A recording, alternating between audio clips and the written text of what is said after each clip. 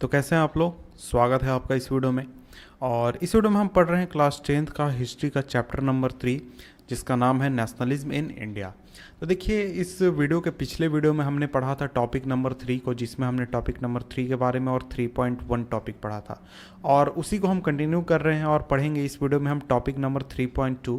और इस टॉपिक का नाम है how participants saw the movement, यानी जो मूवमेंट चल रहा था सिविल डिसोबीडियंस मूवमेंट। इस मूवमेंट में जो लोग पार्टिसिपेट कर रहे थे वो किस किस तरीके से उन्होंने पार्टिसिपेट किया था और उनका नज़रिया क्या था इस मूवमेंट के बारे में, इस चीज़ को हम इस टॉपिक में पढ़ने वाले हैं। तो अब हम इसको पढ़ते हैं और समझते हैं कि आखिर लोगों का क्या मानना था इस मूवमेंट के प्रति। तो देखिए, अब हम देखने वाले हैं कि डिफरेंट सोशल ग्रुप जो थे वो इस मूवमेंट में जो जिन्होंने पार्टिसिपेट किया था सिविल डिसोबीडियंस मूवमेंट में, उनके बारे में, यानी कि उनका क्या नज़रिया था, उन्होंने क्यों ज्वाइन किया था इस मूवमेंट को, उनके आइडियल्स क्या थे और उनके लिए स्वराज शब्द का मतलब क्या था। इन चीज़ को हम इस टॉपिक में पढ़ने वाले हैं। तो देखिए, कंट्री साइड इलाकों में, यानी कि जो देहाती या फिर रूरल एरियाज थे, जो रिच पेजेंट्स थे, यानी जो अमीर किसान थे, अमीर किसानों की कम्युनिटीज़ थी, जैसे कि पाटीदार गुजरात में और उत्तर प्रदेश में जाट्स। तो देखिए, ये जो कम्युनिटीज़ थे ये इस पूरे मूवमेंट में बहुत ही एक्टिव थे, क्योंकि ये जो लोग थे ये कॉमर्शियल क्रॉप्स उगाते थे। और जब इकोनॉमिक डिप्रेशन आया और ट्रेड डिप्रेशन उसकी वजह से आया, तो इनकी जो इकोनॉमी थी या फिर इनका जो डेली लाइफ था ये बहुत ही प्रभावित हुआ था, क्योंकि जो ट्रेड डिप्रेशन था उसकी वजह से प्राइसेस फॉल हो चुके थे और डिमांड मार्केट में चीज़ों की बहुत ही कम हो चुकी थी। और जैसे जैसे उनकी जो कैश इनकम थी वो एक तरीके से गायब हो गई, उन्हें एक तरीके से ये इम्पॉसिबल दिखने लगा कि अब वो गवर्नमेंट का जो रेवेन्यू है या फिर टैक्स डिमांड है उसको एक तरीके से पूरा कर पाएँ। तो इस वजह से वे लोग जो थे, यानी जो किसान थे, वो गवर्नमेंट को एक तरीके से टैक्स देना उन्होंने मना कर दिया, और वो इस तरीके मांग कर रहे थे कि सरकार टैक्सेस को कम करे। लेकिन जो सरकार थी वो टैक्सेस को रिड्यूस करने से उसने मना कर दिया, और इस वजह से लोगों में बहुत ही ज़्यादा नाराज़गी थी और बहुत ही ज़्यादा गुस्सा था सभी लोगों में लगभग। these rich peasants became enthusiastic supporter of the civil disobedience movement। तो देखिए, ये जो अमीर किसान थे ये लोग बहुत ही इंथुजियास्टिक हो गए सिविल डिसोबीडियंस मूवमेंट को लेकर और बहुत ही अच्छी तरह से इसे सपोर्ट करने लगे। और इसके बाद इन्होंने अपनी कमिटीज़ बनाने लगी, और इसके बाद और जो लोग इस चीज़ के लिए बहुत ही रिलेक्टेंट होते थे उनको बाइकाट प्रोग्राम में भी इन्वॉल्व किया जाने लगा। और इसके बाद इनके लिए स्वराज के लिए फाइट करने का मतलब ये था कि ये जो हाई रेवेन्यू सरकार द्वारा लादा गया है गरीब किसान पर या फिर किसी भी किसान पर, उसके खिलाफ फाइट करना। तो स्वराज के लिए फाइट करने का मतलब इन किसानों के लिए क्या था? हाई रेवेन्यू के लिए, हाई रेवेन्यू के खिलाफ फाइट करना। लेकिन ये लोग काफ़ी ज़्यादा एक तरीके से डिसअपॉइंट हुए, नाराज़ हुए, इन्हें बहुत ही बुरा लगा जब 1931 में सिविल डिसोबीडियंस मूवमेंट को वापस ले लिया गया, बिना कि रेवेन्यू रेट को एक तरीके से रिवाइज किए हुए। तो इस वजह से जब 1932 में दोबारा गांधी जी ने इस मूवमेंट को रिस्टार्ट किया, उस समय में इसमें इन लोगों में से बहुत सारे लोगों ने पार्टिसिपेट करने से मना कर दिया सिविल डिसोबीडियंस मूवमेंट में, और कहा कि नहीं, अब हम इस मूवमेंट में पार्टिसिपेट नहीं करेंगे। अब हम बात करते हैं गरीब किसानों के बारे में। यहाँ तो हमने ऊपर अमीर किसानों के बारे में देखा, अब हम देखते हैं गरीब किसानों के बारे में। तो जो गरीब किसान लोग थे वो केवल रेवेन्यू डिमांड को कम करने में इंटरेस्टेड नहीं थे। इसके अलावा बहुत सारे किसान जो थे वो टेनेंट्स के रूप में काम करते थे, यानी ज़मीन को किसान एक तरीके से रेंट पर लेकर काम करते थे लैंडलॉर्ड से, यानी ज़मींदार लोगों से। तो जैसे जैसे जो डिप्रेशन बढ़ता गया और कैश इनकम जो है वो काफ़ी घट गया और लोगों की इनकम काफ़ी कम हो गई, तो जो छोटे किसान थे जो कि छोटी छोटी ज़मीन किराए पर लेकर, रेंट पर लेकर खेती करते थे, उनके लिए ये बहुत ही डिफ़िकल्ट हो गया कि वो अपने रेंट को चुका पाएँ, अपने जो भाड़ा ज़मीन के लिए देना है उसको वो चुका पाएँ। तो इसलिए वो चाहते थे कि जितने भी अनपेड रेंट हैं जो कि लैंडलॉर्ड के पास जमा करने हैं, उन सभी को ख़त्म कर दिया जाए, उन सभी को माफ़ कर दिया जाए।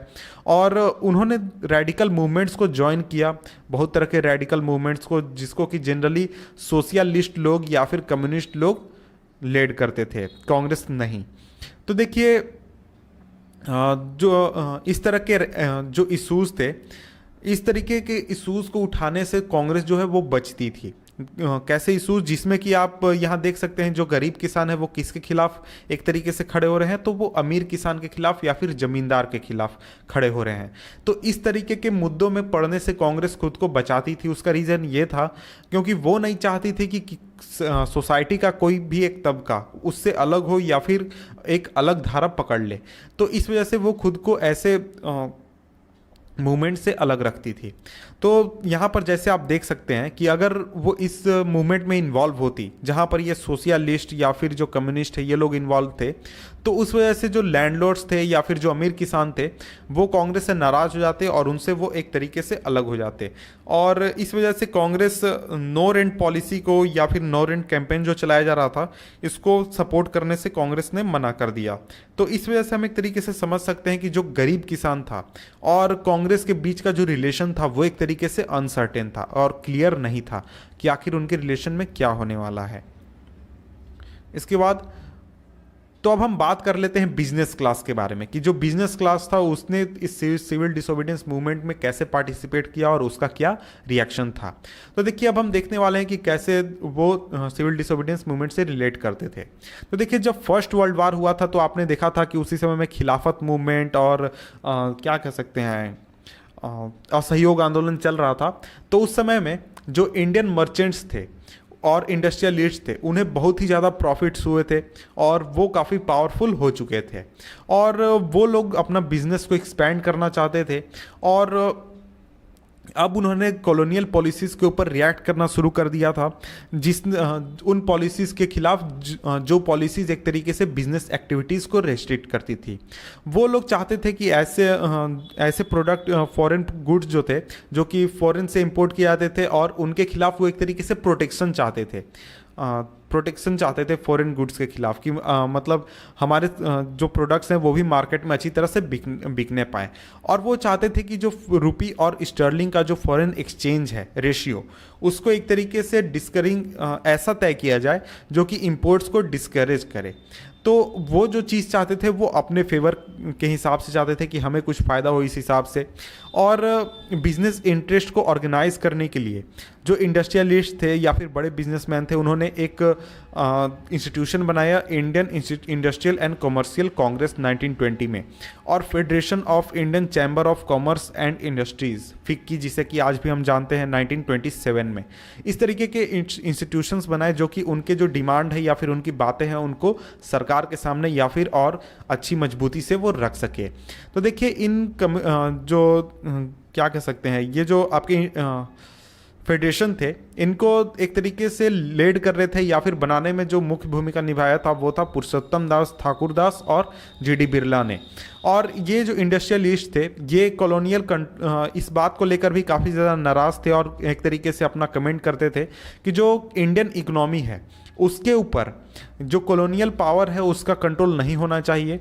और ये लोग सिविल डिसोबीडियंस मूवमेंट को सपोर्ट कर रहे थे जब ये पहली बार लॉन्च हुआ था और इसको वे फाइनेंशियल असिस्टेंस भी दे रहे थे और इसके साथ साथ वो फॉरेन गुड्स या फिर जो विदेशी सामान हो उसको खरीदने या फिर बेचने से भी उन्होंने एक तरीके से मना कर दिया था। तो ज़्यादातर जो बिजनेसमैन थे उन्होंने स्वराज को एक ऐसे मूवमेंट के रूप में देखा जहां पर जो कॉलोनियल रेस्ट्रिक्शंस है वो बिजनेस के ऊपर नहीं होगा और वो बहुत ही आसानी से क्या कहते हैं ट्रेड कर पाएंगे और इंडस्ट्री जो है वो बिना किसी रोक रुकावट के फ्लरिश करेगी और अपने आप को जिस तरीके से चाहेंगे वो चला सकेंगे। तो इस तरीके से उनका सोचना था। लेकिन जब राउंड टेबल कॉन्फ्रेंस जो है वो फेल हो गया उसके बाद जो बिजनेस ग्रुप्स थे वो अब उतने ज़्यादा इंथुजियास्टिक नहीं थे जैसे कि वो पहली बार हुए थे जब सिविल डिसोबीडियंस मूवमेंट लागू हुआ था। उसका रीज़न ये था कि उन्हें डर लगता था कि अगर ऐसा हुआ तो इसके बाद मिलिटेंट एक्टिविटीज़ जो है वो बढ़ जाएंगे और बिजनेस के लिए जो कि एक बहुत ही लंबा डिस्ट्रप्शन का एक रीज़न बन सकता है। इसके बाद वो इस बात से भी परेशान थे कि जो यंगर मेंबर थे कांग्रेस के जो यंगर मेंबर्स थे उनके भी सोशलिज्म की भावना जो है वो काफ़ी ज़्यादा फैल रही थी और उनके ऊपर सोशलिज्म का इन्फ्लुएंस काफ़ी ज़्यादा फैल रहा था। इसके बाद the industrial working class did not participate in the civil disobedience movement in the large number except in the Nagpur region. तो देखिए जो इंडस्ट्रियल वर्किंग क्लास था उसने क्या कहते हैं सिविल डिसोबीडियंस मूवमेंट में पार्टिसिपेट नहीं किया था। अगर हम एक जगह छोड़ दें नागपुर रीजन को, तो जैसे जैसे इंडस्ट्रियलिस्ट जो है वो कांग्रेस के नज़दीक आते गए, कांग्रेस का समर्थन करने लगे, उसकी बातों को मानने लगे, लेकिन उसके मुकाबले जो वर्कर्स थे जो कि इंडस्ट्रीज़ में काम करते थे वो एक तरीके से दूर वो हो गए। और इसके साथ ही कुछ वर्कर्स जो थे वो इसके साथ ही कुछ वर्कर्स थे जो जिन्होंने सिविल डिसोबीडियंस मूवमेंट में पार्टिसिपेट किया था और उन्होंने एक तरीके से गांधीयन जो प्रोग्राम था या फिर गांधी जी की जो पॉलिसी थी उसको एडॉप्ट भी किया था, जैसे कि बॉयकॉट ऑफ फॉरेन गुड्स या फिर part of their own movement against low wages and poor working condition. तो इस तरीके से वो एक तरीके से सिविल डिसोबीडियंस मूवमेंट में पार्टिसिपेट कर रहे थे या फिर गांधी जी को फॉलो कर रहे थे। और इसके बाद काफ़ी सारे स्ट्राइक्स हुए थे रेलवे वर्कर्स के 1930 में और डॉक वर्कर्स के 1932 में। 1930 में हज़ारों की संख्या में जो वर्कर्स थे छोटा नागपुर टीन माइन में, उन्होंने गांधी कैप्स पहना और उन्होंने प्रोटेस्ट रैलीज निकाले और बायकॉट कैंपेन्स किए। लेकिन जो कांग्रेस जो है वो काफ़ी रिलेक्टेंट थी वर्कर्स को अपने मूवमेंट में इंक्लूड करने से, क्योंकि हाँ उन्हें लगता था कि देखिए इंडस्ट्रियलिस्ट जो हैं या फिर और जो दूसरे लोग हैं बिजनेसमैन हैं वो इस बात से काफ़ी ज़्यादा नाराज़ हो सकते हैं और जो एंटी इंपीरियल फोर्स है, एंटी ब्रिटिश फोर्स है, वो एक तरीके से डिवाइड हो सकता है। तो इस वजह से जो कांग्रेस थी वो किसी भी हार्ड लाइन पॉलिसी को अपनाने से बच रही थी, चाहे वो इंडस्ट्रियलिस्ट के फेवर में हो चाहे वो किसी वर्कर के फेवर में हो। वो ऐसा चाहती थी कि सभी लोग जो हैं वो उसके साथ बने रहें और सभी लोग एक साथ मिलकर अंग्रेजों के खिलाफ लड़े। Another important feature of the civil disobedience movement was a large scale participation of women. तो देखिए जो दूसरा फीचर है सिविल डिसोबीडियंस मूवमेंट का वो ये है कि इसमें बहुत ही बड़ी संख्या में महिलाओं ने पार्टिसिपेट किया था। जब गांधी जी सॉल्ट मार्च कर रहे थे तो हजारों की संख्या में जो महिलाएं थी वो अपने घरों से बाहर आती थी, गांधी जी को सुनने आती थी और उन्हें उनकी बातों को सुनकर वो फिर वापस जाते थे। और इसके अलावा उन्होंने प्रोटेस्ट मार्चेस में भी पार्टिसिपेट किया था, सॉल्ट मैन्युफैक्चरिंग में भी पार्टिसिपेट किया था और भी जगहों पर उन्होंने पार्टिसिपेट किया था। तो यहाँ पर देख सकते हैं वुमेन जॉइन नेशनलिस्ट प्रोसेसन्स। वुमेन जो है यहाँ पर महिलाओं को देख सकते हैं जो कि नेशनलिस्ट प्रोसेसन में पार्टिसिपेट कर रही हैं। इसके बाद उन्होंने जो फॉरेन क्लॉथ और लिक्विड शॉप्स थे उनको भी एक तरीके से पिकेट करने में उन्होंने योगदान दिया था, महिलाओं ने योगदान दिया था। और बहुत सारी महिलाएं ऐसे भी थी जो जेल भी जा चुकी थी। अर्बन एरियाज़ में जो महिलाएं थी वो हाई कास्ट फैमिली से आती थी जो जिन्हें की इतनी आज़ादी थी कि वो अपने घरों से बाहर निकलकर इस तरीके के मूवमेंट में पार्टिसिपेट कर सकती थी। रूरल एरियाज़ में ये जो महिलाएं जो इस तरीके के मूवमेंट में आती थी या फिर गांधी जी को सुनने आती थी या फिर मूवमेंट में पार्टिसिपेट करती थी, ये रिच पेजेंट हाउस होल्ड से आती थी, अमीर किसानों के घरों से आती थी और ये गांधी जी के बातों को काफ़ी ज़्यादा ध्यान में रखते थे। और जैसा गांधी जी का मानना था कि देखिए महिला की क्या ड्यूटी होती है, तो वो नेशन को सर्व करना एक महिला की काफ़ी ज़्यादा ड्यूटी होती है। Yet this increased public role did not necessary mean any radical changes in the way position of women was visualised. तो देखिए पब्लिक रोल में तो महिलाओं का रोल एक तरीके से बढ़ गया, लेकिन इसका ये मतलब नहीं हुआ कि जो सोसाइटी का जो स्तर है यानी सोसाइटी का जो लिविंग स्टाइल है, लिविंग कंडीशन है, ट्रेडिशन है, उसमें कोई रेडिकल चेंज आया है, कोई बड़ा चेंज आया है, वैसा कुछ नहीं हुआ था। सोसाइटी जैसा पहले रहती थी वैसा आज भी रहती थी, अब भी रहती थी, इस पूरे मूवमेंट के बाद भी। गांधी जी इस बात से काफ़ी ज़्यादा कन्विंस थे कि महिला की एक ड्यूटी है कि वो अपने घर का ख्याल रखे और अपने परिवार का ख्याल रखे, एक अच्छी माँ बने और अच्छी पत्नी के रूप में रहे। और काफ़ी समय तक जो कांग्रेस थी वो काफ़ी ज़्यादा रिलक्टेंट थी कि महिलाओं को किसी भी पोजीशन पर अपने पार्टी में, कांग्रेस पार्टी में कोई भी अथॉरिटी का पोजीशन प्रोवाइड करे। वो सिर्फ उन्हें सिंबॉलिक प्रेजेंस के रूप में रखना चाहती थी और दिखाना चाहती थी कि हाँ हम महिलाओं के साथ हैं, महिलाओं को हम रिप्रेजेंटेशन दे रहे हैं। लेकिन उसने रियलिटी में कोई ऐसा बड़ा रिप्रेजेंटेशन नहीं दिया था जिससे कि कहा जाए वो महिलाओं के मूवमेंट के साथ है। इसके बाद अब हम टॉपिक पढ़ते हैं, topic number 3.3 the limits of the civil disobedience, यानी जो सिविल डिसोबीडियंस मूवमेंट था इसके लिमिट के बारे में अब हम पढ़ने वाले हैं। तो देखिए, not all social groups were moved by the abstract concept of swaraj. सभी जो सोशल ग्रुप्स थे उनको ये कंसेप्ट ऑफ स्वराज जो है वो एक तरीके से हिला नहीं पाया था या फिर अपनी फेवर में नहीं कर पाया था। वैसा ही एक ग्रुप था देश का, वो था अनटचेबल्स का ग्रुप, जिन्हें कि अछूत हिंदी में कहा जाता है। तो 1930s के आसपास इन लोगों ने खुद को दलित कहना शुरू कर दिया था या फिर ओप्रेस्ड कहना शुरू कर दिया था। For long the Congress had ignored the Dalits for fear of offending the Sanatanis, the conservative high class Hindus. तो देखिए, काफ़ी लंबे समय तक जो कांग्रेस थी उसने दलित को या फिर जो ऑप्रेस्ड लोग थे उनको एक तरीके से इग्नोर किया था, उनके ऊपर ध्यान नहीं दिया था और उन से नज़दीकी बनाने से वो बचते रहे थे। उसका रीज़न ये था कि कांग्रेस को लगता था कि इस बात की वजह से जो हाई कास्ट हिंदूज़ हैं वो उनसे छिटक सकते हैं और उनसे नाराज़ हो सकते हैं, उनसे अलग हो सकते हैं। लेकिन जो महात्मा गांधी थे उन्होंने ये डिक्लेयर किया कि स्वराज तब तक वापस नहीं आ सकता, सैकड़ों सालों तक वापस नहीं आ सकता जब तक हम अनटचेबिलिटी को हटा नहीं लेते या फिर उसे रिमूव नहीं कर लेते। और इसके बाद उन्होंने जो अनटचेबल पीपुल थे उन्हें महात्मा गांधी ने हरिजन का नाम दिया, हरिजन कहना शुरू कर दिया। हरिजन का मतलब भगवान का पुत्र या फिर भगवान का बेटा, भगवान का चिल्ड्रन हम कह सकते हैं, भगवान का बेटा बेटी, चिल्ड्रन ऑफ गॉड। और इसके बाद उन्होंने सत्याग्रह काफ़ी सारे किए ताकि उनकी जो एंट्री है टेम्पल्स में वो हो सके, और public wells, tanks, roads, schools, इन सभी जगहों पर जो अनटचेबल्स हैं, जो दलित लोग हैं, उनको एक स्थान मिल सके, उनको एक पोजीशन मिल सके। और उन्होंने खुद ही टॉयलेट साफ़ किए ताकि वो एक तरीके से भंगी लोगों के वर्क को डिग्निफाई कर सके। भंगी का मतलब सिंपली द स्वीपर्स होता है।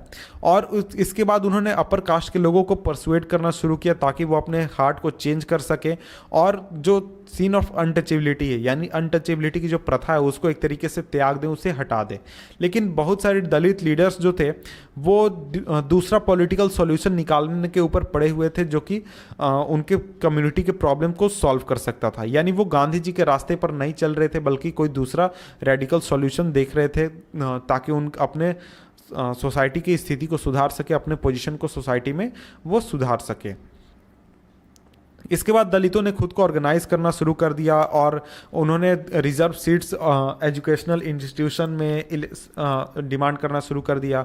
इसके बाद सेपरेट इलेक्टोरेट डिमांड करना शुरू कर दिया जिससे कि दलित मेंबर्स चुने जाएंगे लेजिस्लेटिव काउंसिल्स के लिए।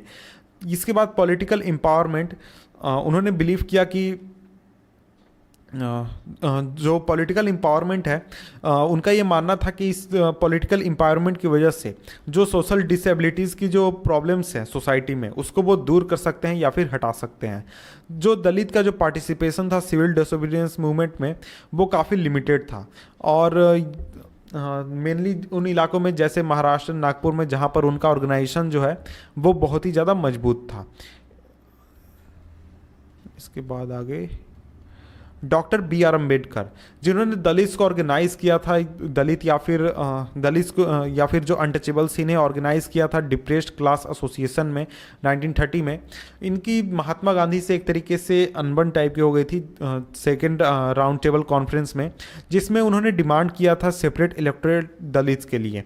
जब ब्रिटिश गवर्नमेंट ने इस बात को मान लिया, अम्बेडकर की डिमांड को मान लिया, तो गांधी जी ने एक तरीके से फास्ट टू अंतिम भूख हड़ताल पर वो बैठ गए और उनका मानना ये था कि सेपरेट इलेक्टोरेट जो है दलित के लिए अगर हम एक तरीके से लागू करते हैं या फिर एक तरीके से हम उस बात को मानते हैं तो उनका जो सोसाइटी में इंटीग्रेशन है, यानी सोसाइटी में जुड़ाव है अपर कास्ट के साथ या फिर दूसरे कास्ट के साथ, वो उतनी जल्दी नहीं हो पाएगा और उसमें किसी भी तरीके का प्रॉब्लम आ सकता है।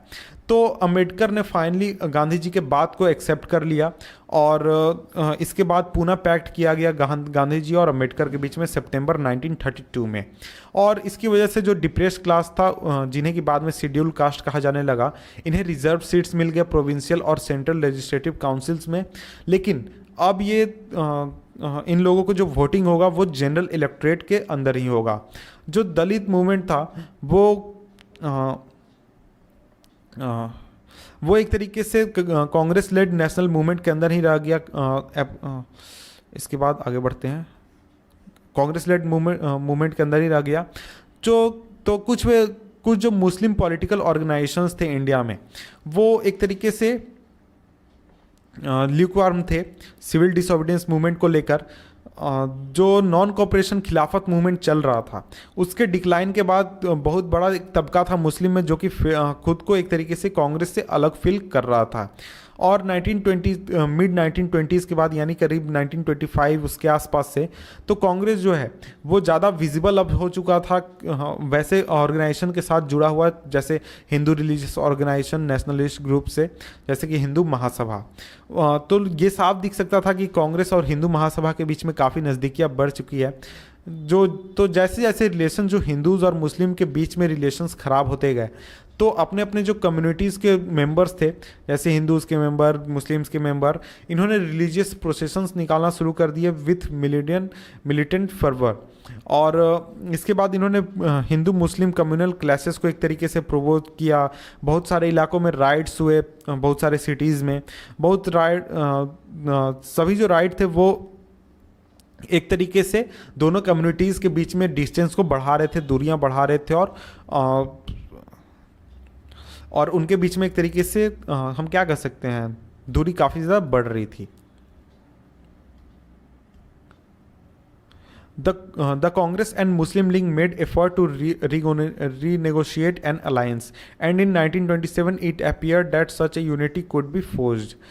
And the important differences were over the question of representation in the future assemblies that were to be elected.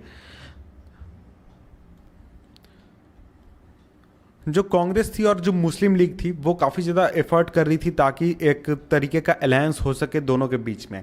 और 1927 में ऐसा अपेयर भी हुआ कि वो जो यूनिटी है इन दोनों के बीच में वो एक तरीके से बन भी सकती है, और एक तरीके से हम कह सकते हैं कि वो कंप्लीट ही हो जाएगी, ऐसा लगा। लेकिन जो इम्पोर्टेंट डिफरेंसेस थे वो इन दोनों पार्टीज़ के बीच में, मुस्लिम लीग और कांग्रेस के बीच में, वो था कि भविष्य में जो इलेक्शन होना था उसमें जो रिप्रेजेंटेशन था आगे के असेंबलीज़ के लिए, उसमें किस तरीके से असेंबलीज़ हो इस चीज़ को लेकर। तो जो मोहम्मद अली जिन्ना थे, जो कि मुस्लिम लीग के एक लीडर थे, वो इस बात के लिए राजी थे कि हम सेपरेट इलेक्टोरेट का डिमांड जो है उस बात को त्याग देंगे अगर मुस्लिम्स को ये बात अश्योर किया जाए कि सेंट्रल असेंबली में उनको रिजर्व सीट्स मिलेंगी और रिप्रेजेंटेशन जो है उनके पॉपुलेशन के हिसाब से होगा मुस्लिम डोमिनेटेड एरियाज़ में, जैसे कि बंगाल और पंजाब में। इसके बाद नेगोशिएशंस जो थे इस क्वेश्चन को लेकर, रिप्रेजेंटेशन को लेकर चलता रहा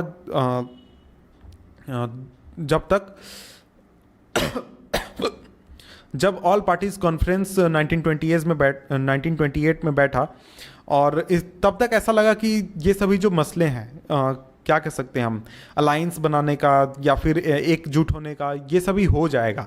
लेकिन जब 1928 में जो ऑल पार्टी कॉन्फ्रेंस हुआ, वहाँ पर ये एक तरीके से ख़त्म हो गया, एक तरीके से उसका अंत हो गया। उसका रीज़न ये था कि M.R. जैकर, जो कि हिंदू महासभा के मेंबर थे, उन्होंने इस आइडिया को एक तरीके से स्ट्रांगली अपोज कर दिया। उसकी निंदा काफ़ी कड़े शब्दों में उन्होंने शुरू कर दी और इस बात को मानने से उन्होंने इनकार कर दिया।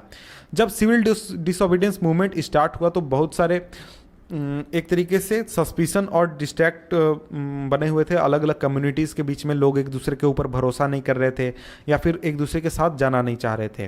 कांग्रेस से जो लोग अलग हो चुके थे, जो मुस्लिम्स अलग हो चुके थे, कांग्रेस का मुस्लिम का एक बड़ा तबका अलग हो चुका था, वो फिर से एक यूनाइटेड स्ट्रगल के लिए तैयार नहीं था, संगठित विरोध के लिए तैयार नहीं था। बहुत सारे मुस्लिम लीडर्स जो थे और इंटेलेक्चुअल जो थे, उनका ये कंसर्न था कि जो इंडिया होगा उसमें मुस्लिम जो होंगे वो एक माइनॉरिटी के स्टेटस में आ जाएंगे और इस वजह से उनका जो कल्चर है या फिर आइडेंटिटी है माइनॉरिटी के रूप में, वो एक तरीके से ख़त्म हो जाएगी या फिर उसको दबा दिया जाएगा जब हिंदू मेजॉरिटी एक तरीके से हो जाएगी और उसका डोमिनेशन पूरे इंडिया के ऊपर हो जाएगा। तो इसके बाद अब नेक्स्ट टॉपिक है हमारा, नेक्स्ट टॉपिक 4। नेक्स्ट टॉपिक को हम पढ़ेंगे नेक्स्ट वीडियो में, जिसका लिंक मैं नीचे डिस्क्रिप्शन दे दूंगा, आप वहाँ से नेक्स्ट टॉपिक पढ़ सकते हैं। तो मिलते हैं आपसे हम नेक्स्ट वीडियो में, तब तक के लिए गुड बाय।